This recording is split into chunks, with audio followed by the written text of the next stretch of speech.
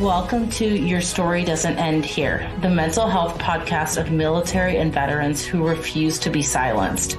I'm your host, Rachel, and my mission with this podcast is to be a voice for those who don't have a voice, bring awareness to mental health issues, provide value and solutions, and to change the culture when it comes to mental health within the DoD organizations.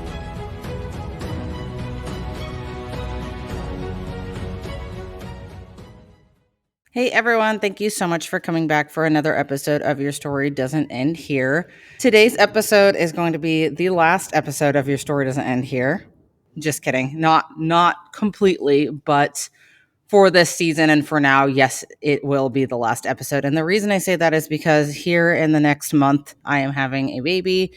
And I made the tough decision to take a step back from a lot of the things that I was focusing my energy into so that I can put my focus into my family, being a mom, and then kind of figuring out what the next steps of my life are going to be. And so I have put out an episode of this podcast every single week, or at least more recently, every other week for the last 3 years. And so it definitely was not an easy decision to say, hey, I'm actually going to take a pause. But what I found is that a lot of people in my network and in my circle, when they do take a pause, reevaluate, see where things are going in their life, and then come back to something, if it truly is meant to be for them, that can oftentimes be a really, really powerful move. And so I'm hoping that that's the direction things are going. When I had spoken before the end of 2024, I had talked about wanting to launch a nonprofit and all these incredible things that I have envisioned. And what I found lately is I'm experiencing a lot of overwhelm, which I think a lot of that is attributed to just the change of a growing family and all the changes happening in my life. And it reminds me of when actually 3 years ago, around the time when I did launch this platform, and there were so many changes going on in my life. I've been in such a period of reflection lately. And, I remember when I first separated from the military and there literally like nothing went as planned. I was pregnant. I was having a baby in a few months. I felt like my life had to be on pause because I was having a baby. And I really wanted things to be different this time. And I think a lot of times that can lead to this attitude of comparison where I'm looking at these moms on the internet who are like doing it all. And I know it's not reality. Like I know in the background, a lot of these moms have help. Some of them don't. But we as human beings can't actually do it all. If we are putting all our energy into something, then there is another place where our energy is not being put into. That's just the way things work. And we have to make that decision in our head of, where is it worth putting time and energy? And I think that a big conversation that I've been having with myself, yes, I talk to myself quite often, is like, Rachel, where do you want to put your time and where do you want to put your energy? And I think as a veteran, that's a really scary conversation to have with ourselves because it's easy when someone's telling you where to put your time and energy for majority of the day. And I don't even think that just applies to veterans. You could take this and apply it to corporate world. You could apply it to, and really anything where we're not in charge of our own schedule. And when all of a sudden, like your time becomes your own, whether it's for the positive or for the negative, it's like, okay, well, now what? And I think that's where I've been so stuck the last 3 years, going into like 4 years of my life is like, well, what do I actually do with my life? And exploring so many different things and trying to figure out what feels in alignment and what makes the most sense for my family. And it's like so many thoughts and so many decisions to make, and it gets so incredibly overwhelming. And so mentally, I haven't been really in the greatest place lately, just being completely honest. The VA has finally reached back to me with my referral for therapy. So that's a positive, and I am currently exploring therapists, being very intentional about that because I think the last few times that I've explored therapy, I've just kind of gone with someone local and hope for the best, and that doesn't often work well for me.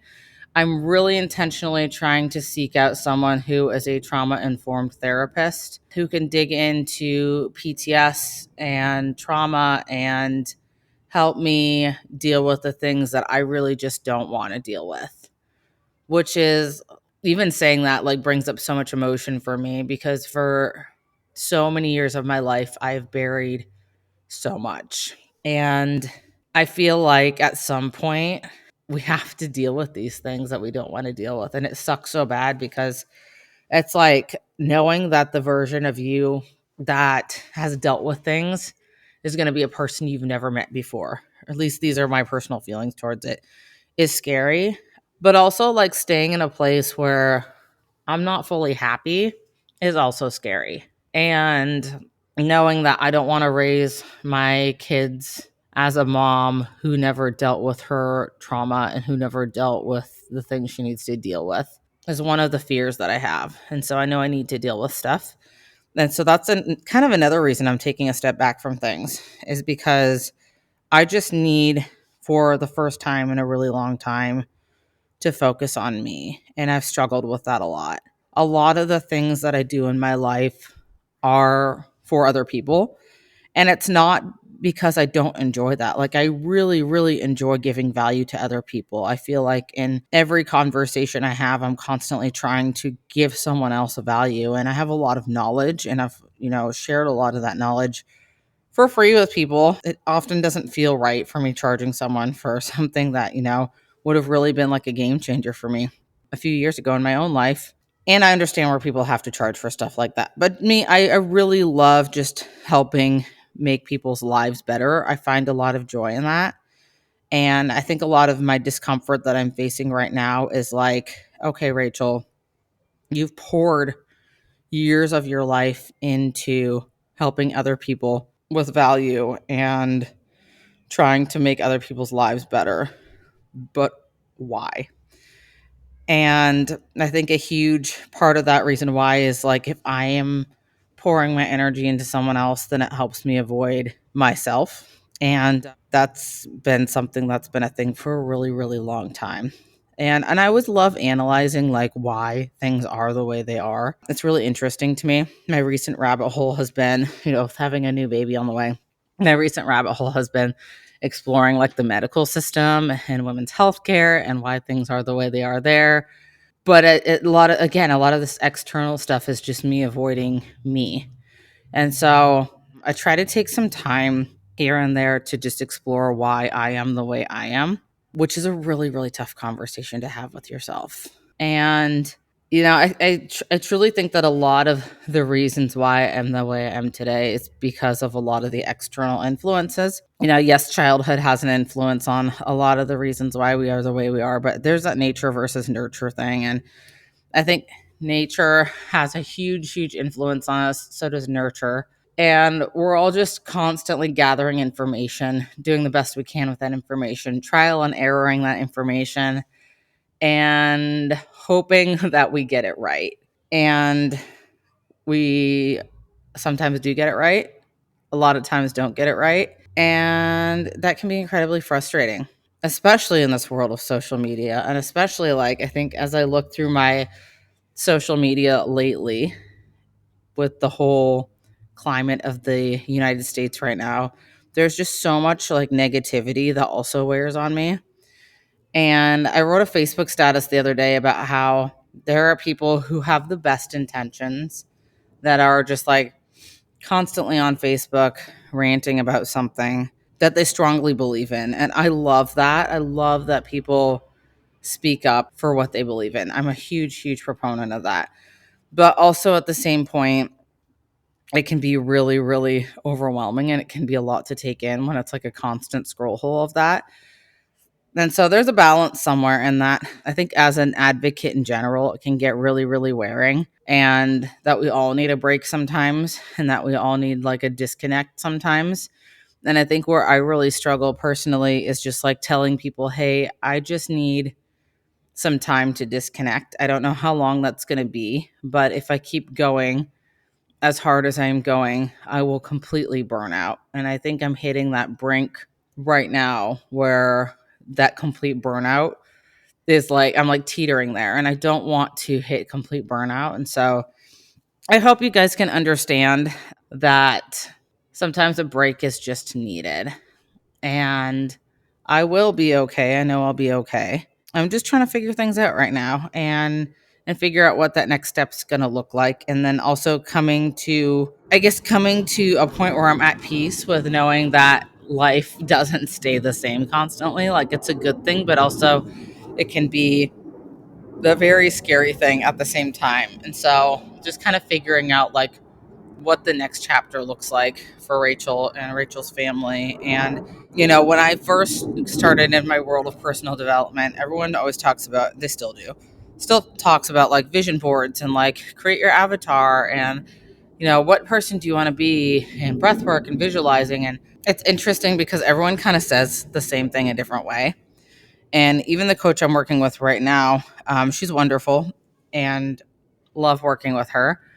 But I still find that like the information that I keep getting told is the same information over and over and over. And so trying to figure out like, well, why doesn't this work for me? I have all this information. I could like literally create a course and charge thousands for all the information I've learned. But I think the reason that it often feels so inauthentic to me is because it doesn't really work for me the way I need it to work for me. Like, I have a really hard time visualizing what I want the next version of me to look like. And yeah, I don't know. I think we look at the world of social media and internet, and we see people whose lives are changed, and it looks like it's an overnight thing. And if you listen to this podcast, even have listened to a few episodes, I always try to get my guests to kind of dig into like, can you tell us what you went through to get to this point? Because it's so easy to just hear someone's like 45-minute story and feel like, oh, well, one day they were depressed and the next day they weren't. And so if I was to share a little bit of my story with you right now and where I'm at, I would say that, I hit my low point in 2019. You all know that. I talk about that quite a bit. And if you're new here, you wouldn't know that. But 2019, when I was in Japan on my detachment, when I was still active duty, I hit a really, really low point mentally. But what's interesting about mental health is that it's not this linear thing. It's not like one day we hit a low point and then we figure things out and then things just get better. I hit my low point. I worked with a coach. I got off my antidepressants. I got off all the medication I was on, worked out, started feeling really good. And then, I was at a pretty good point, honestly, because I was going to be getting out of the military soon. And then I feel like that all dropped to a low point again when I got pregnant with my first daughter. And then realistically, I feel like I've just been kind of crawling my way back up since then. And I think it's important to talk about these things while we're in it, because then you get an understanding that, like, from the outside in, someone's life can look amazing. Or maybe it doesn't. I don't know. I don't really know what people's opinions are of me. I don't really ask often, but I don't feel like I have gotten to that point where I feel like I'm in a really good place yet. And that's not necessarily a bad thing. It just means that I'm still figuring things out, and that's the beauty of life. But that's just kind of where we are. And so, that's been, goodness. I got out of the military 2021, and early 2021 is when I started to kind of dip in my mental health, and it's been kind of this weird teeter since. So 4 years now. But I think that timeline is important to reiterate because, yeah, like some people, they hit a low point. It motivates them to go straight to the top. Some people hit a low point and just kind of teeter for a couple of years while we figure things out. And everyone's journey looks a little bit different. And that's 100% okay. Because I think when I look back at things, I'm constantly like, man, if I had just realized this one thing like a few months ago, I might be in a different place today. If I had just realized these few things a few years ago or taken some action a few years ago, I might be in a different place today. And instead of reflecting on the past and like using it to beat me down, I am really working on being more present where I am and not focusing too much on a future version of me, because my brain tends to inflate what it is that I think I want, and just kind of doing my best to take it one step at a time. And also not really like sharing everything that I'm doing, because I think that puts pressure on me to like do a certain thing and then feeling like I'm letting people down if I'm not doing that certain thing. So I am still working on the nonprofit though. Don't know exactly when that will launch. Again, I'm trying not to like dive headfirst into things and do things a little bit differently than I'm used to. And so really sitting with that discomfort and just kind of letting life go the way that life goes and not putting too much on my plate right now. So kind of a long-winded version of why we're taking a pause, where I'm at in life right now. And if you can relate to this, hopefully this provides you some comfort if you feel like you don't have it all figured out either, because none of us have it all figured out. But I think it's so easy to feel like everyone else does, and it's just like I'm the isolated person that doesn't, and that's not true at all. So anyway, this will be a really short episode. Please follow the social media channels for updates on what is going on with the platform as things kind of rebrand or, whatever direction I end up going. I honestly don't really fully know, but I do still plan to be present on social media. And so please continue to share the episodes, continue to interact with the platform, because the platform itself is not going away. I will be back here in a couple months and I already have some episodes lined up for when the podcast relaunches again. So super, super excited for that. I've connected with some incredible people, hoping to do some video stuff as we move into the next season of Your Story Doesn't End Here. But again, we'll see where life goes with that. But social media channels, most of them are going to be _YSDEH or just YSDEH. And please make sure to like the Instagram, Facebook page, follow on all those channels. There's a website, ysdh.com. I'll probably revamp that as well. And just follow along. And please reach out anytime. I'm not always the greatest at responding to people, but please reach out anytime. And I will do my best to get back to you if I can. And if you want to be a guest on the show in the next season, please let me know as well. I'm always looking for guests on here. I often hear from people that they don't think that their story is important, but I'm a huge believer that everyone's story is important and matters. So if you have anything that you want to share, please reach out. Podcasting is very therapeutic. It's like you put out your life to the world on this very public platform, which I like. Most people in conversation, I wouldn't even say some of the things that I say on my podcast, but something about this space in this world for me personally is very therapeutic. And I have some guests that feel the same way too. So reach out if you want to be on the show. But until the next time I talk to you guys, thank you so much for supporting up until this point. Thank you for continuing to support the podcast and the platform. Thank you for being such a huge part of military mental health awareness. We still have so much work to do. There's still a lot of changes that need to be made for the betterment of the mental health of military and veterans. And just being here and listening to any part of any episode that has launched on Your Story Doesn't End Here is playing a huge part in that awareness of what it is that these real people really go through.